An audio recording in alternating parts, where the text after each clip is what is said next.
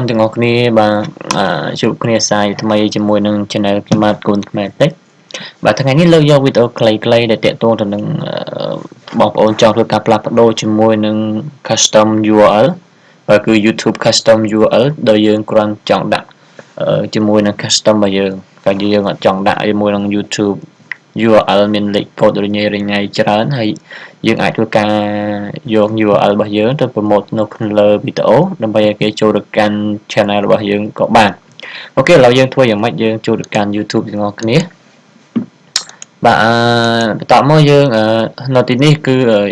ខ្ញុំចូលមកដល់ទីនេះហើយគឺខ្ញុំនឹងធ្វើការចុចទៅលើពាក្យថា my channel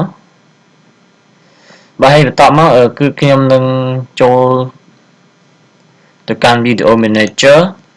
តោះមកយើងយកពាក្យថា channel បន្តមកទៀតយើងអាចធ្វើការកាសមកក្រោមហើយយកពាក្យថា custom URL ឬក៏ you are eligible for a custom URL claim it here អូខេឥឡូវយើងចុចពាក្យថា enable អាហ្នឹងយើងអាចផ្លាស់ប្ដូរបានលុះត្រាតែ channel របស់យើងហ្នឹង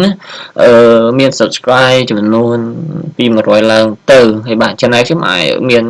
អ្នក subscribe លើពី100ហើយអញ្ចឹងគឺខ្ញុំអាចធ្វើការផ្លាស់ប្ដូរជាមួយនឹង URL ក៏ដូចជា custom URL នឹងបានដូច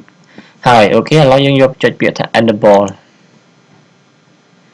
អញ្ចឹងបន្តមកវានឹងចេញផ្ទាំងបែបនេះឲ្យយើងហើយវាមានដាក់ថា channel setting you ឬក៏មាន you are eligible for a custom URL claim it here បន្តមកបាទក្រោយពីយើងបានចំនួន subscribe លើពី100ហើយវានឹងចេញផ្ទាំងពីរឲ្យយើងបែបនេះគឺមិនមែនមានតែ our custom URL system has changed បន្តមកយើងដើម្បីធ្វើការផ្លាស់ប្ដូរជាមួយនឹង custom URL នឹងបានបាទយើងគ្រាន់តែចុចនៅទីនេះគឺ here ហើយបន្តមកវានឹង load ឲ្យយើងបែបនេះ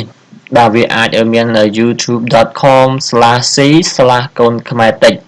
ឬក៏អាចឲ្យយើងធ្វើការ select your option to see how you will look on YouTube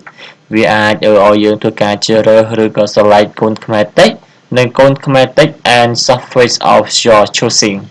វាមាន choosing ហ្នឹង software ហ្នឹងគឺជាកន្លែងដែលពាក្យ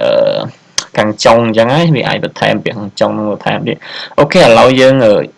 យកអាពាក្យខាងលើនេះទៅវាល្អយើងព្រោះអីពេលដែលយើងធ្វើការ search ជាមួយនឹង URL ហ្នឹងវាចូលទៅកាន់ YouTube តែម្ដងវាអត់ load ទៅកាន់ Google 2-3 ដំណាក់កាលទេណា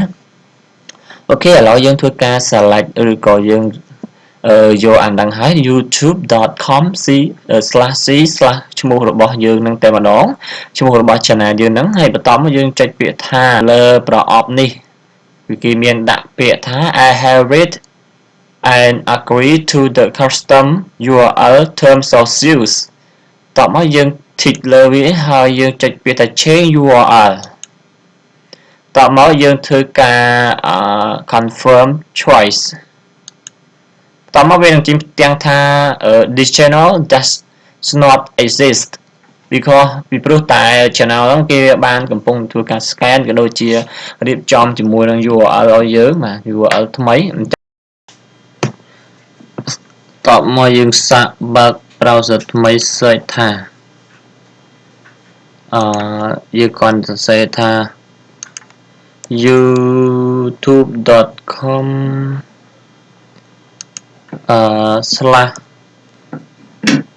/ កូន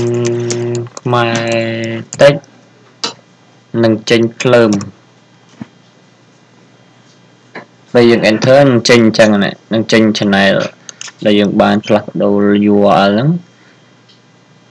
www.youtube.com/konkhmertech ពេលឈ្មោះ channel យើងពេលយើង search មិនបាច់ចាំបាច់ដក clear តែពេលយើងដាក់នៅក្នុងវីដេអូគេដាក់ជាលក្ខណៈ promote ដាក់ថា youtube.com/konkhmertech ឬក៏ឧទាហរណ៍ខ្មែរ movie អញ្ចឹងទៅអញ្ចឹង